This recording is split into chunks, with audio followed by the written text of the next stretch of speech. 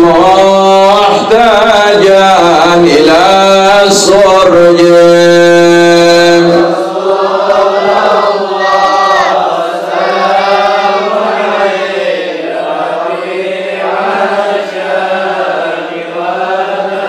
مرسل بالحق أنت لنا بك نلنا بلغ الدرجة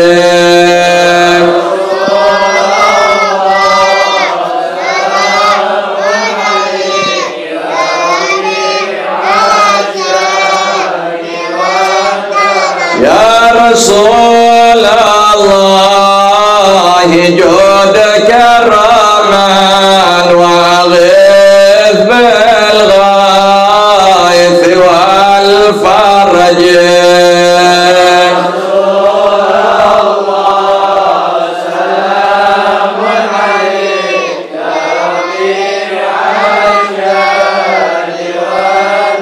اللهم صل وسلم. Bismillahirrahmanirrahim. Qala al-musannif rahimahullah wa nafa'ana bihi wa bi ulumihi fid dharain amin. Radhiyallahu ta'ala anhu. Wad'u bima, dan berdoalah kamu dengan apa-apa da'a bihi Rasulullah, yang doa dengannya baginda Nabi besar Muhammad sallallahu alaihi ba'da rak'atayil fajri, setelah kamu mengerjakan sholat sunnah fajar. Sebelum sholat subuh, selepas sholat sunnah fajar, itulah sholat sunnah yang paling utama. Jadi kalau ditanya sholat yang paling utama dalam sholat sunnah yang ada, yaitu sholat sunnah fajar. Sampai Nabi mengkhususkan dengan menyatakan rakaatul fajri khairun minad dunya wa ma fiha. 2 rakaat fajar itu lebih utama ketimbang dunia dengan segala isinya. Maka di sini Nabi menyatakan nasnya nih, ya, yang senantiasa Rasulullah berdoa selepas sholat sunnah fajar. Allahumma inni as'aluka rahmatan min indik tahdi biha qalbi. Ya Allah, ya Tuhanku, sesungguhnya aku meminta kepada kamu rahmah, kasih sayang. Karena kasih sayang Allah menyatakan wa rahmati wasi'at kulla syai'. Rahmatku itu mengungguli setiap sesuatu. Nggak bisa ditakar dengan dunia, nggak bisa ditakar dengan apapun yang luas. Maka rahmat Allah menandingi seluruhnya. Nah, kita diminta. Di sini kita minta kepada Allah, ya Rabb. Tuh lihat, di pagi hari sebelum sholat subuh kita minta, ya Allah, aku meminta kepada Engkau rahmatmu, yang dengan sebab itulah tahdi biha qalbi, bisa menyampaikan rahmatmu itu kepada hatiku, sehingga hatiku menjadi tunduk, lembut, tenang, nggak kasar, nggak liar, nggak arogan dan sebagainya. Itu di pagi hari itu kita minta sama Allah begitu. Menghadapi apapun musibah dengan tenang, pakai senyum. Itu kan mahal tuh orang begitu. Ya, ditabrak dia senyum, wah orang gila tuh orang.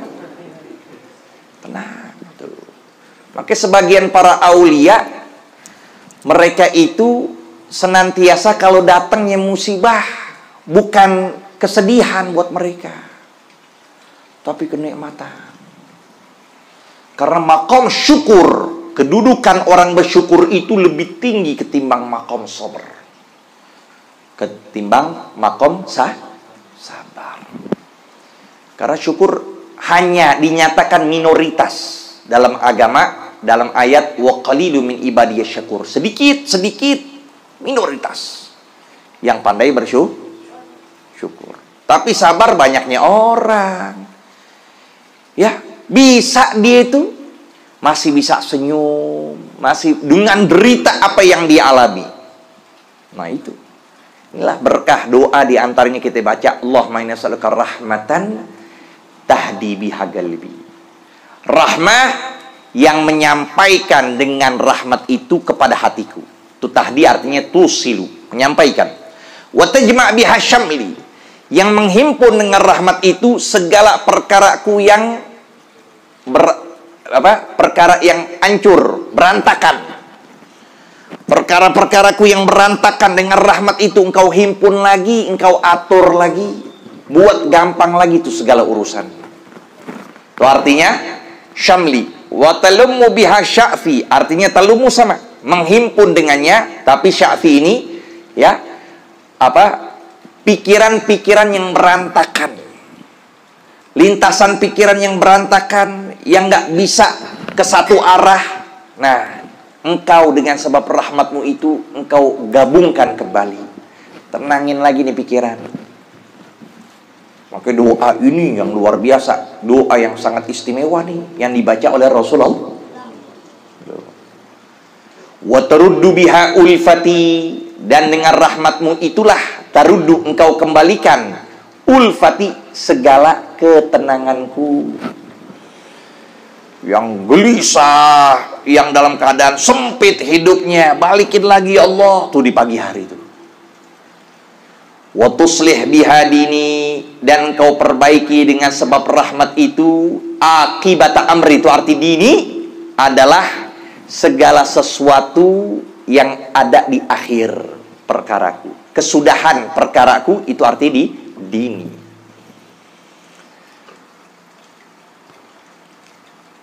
Biar bagus agamaku, biar bagus segala urusanku, tidak mengambil tindakan dengan nafsu, tapi melihat bagaimana nanti ke depan. Gimana urusanku, kerjaankah, jodohkah, dan sebagainya. Apakah dengan ini aku bisa istiqomah tetap dalam ngaji, dalam belajar, dalam ibadah. Minta sama Allah nih doa. Wa tuslih bihadini, perbaiki dengannya segala urusanku yang sudah atau kesudahan urusanku.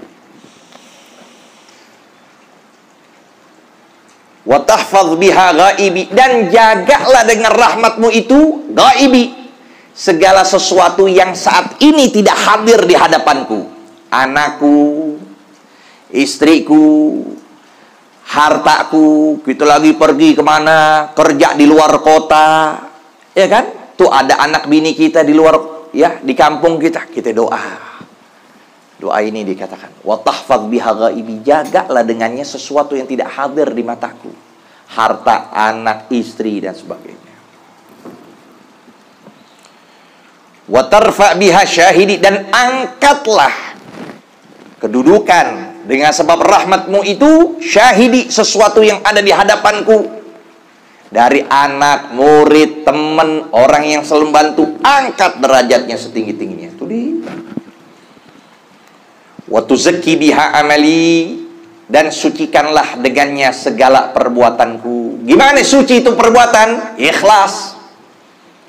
Akhlisil amal yakfikal amalul qalil. Itu Nabi nyatakan, ikhlaslah dalam berbuat, cukup dari amal yang sedikit kamu bisa menghantarkan ridha Allah. Wa tubayyid biha wajhi, dan berikan cahaya dengan rahmatmu itu akan wajahku. Wajahku biar bercahaya. Wa tulaqqini biha rusydi, dan talqinkanlah dengan rahmatmu itu rusydi. Artinya rusydi, akhir umurku.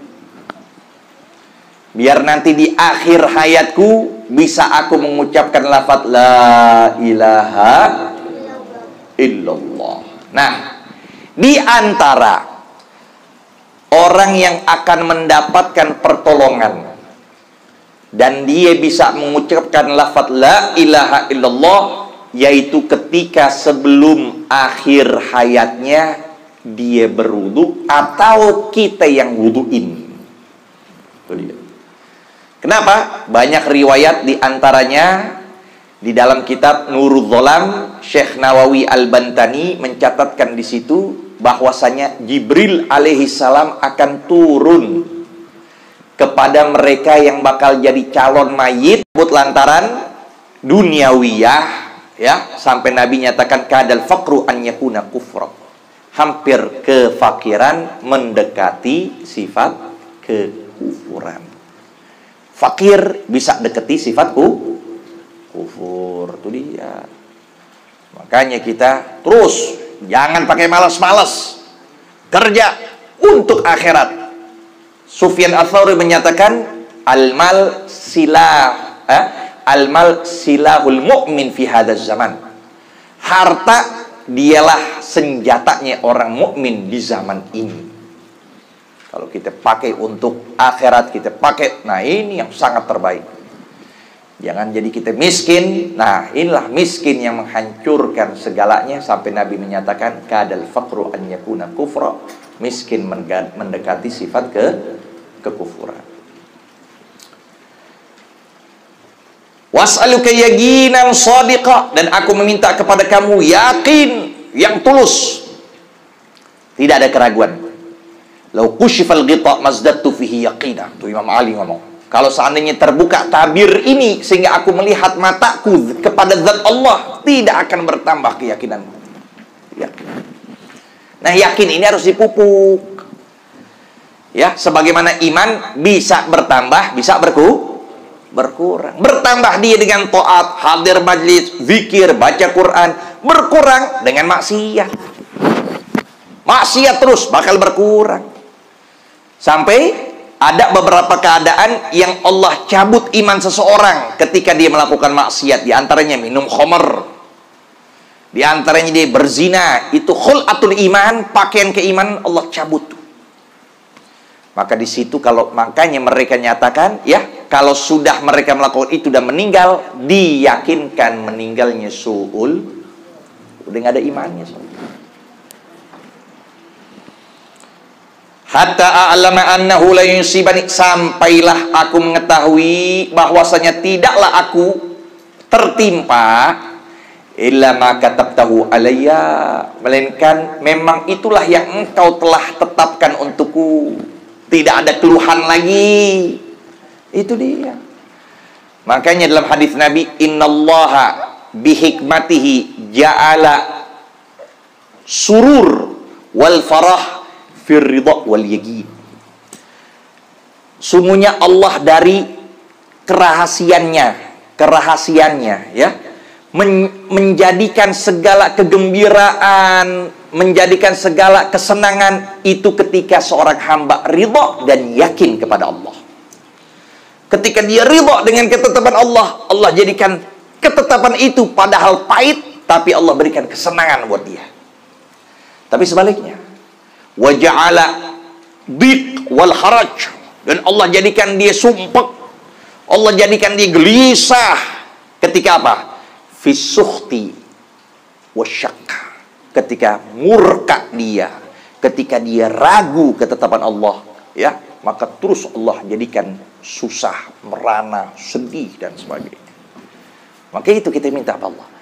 Hatta a'lama annahu, sehingga aku mengetahui annahu la yusibani, annahu dhamir sya'an itu, bahwasanya tidaklah tertimpa kepadaku illa ma katabtahu alayya, melainkan sesuatu yang kau telah tetapkan atasku, wa rabbini, dan berikan jiwaku senantiasa ridha bima gassamtahu li, dengan apa yang engkau telah tentukannya untukku. Ridha.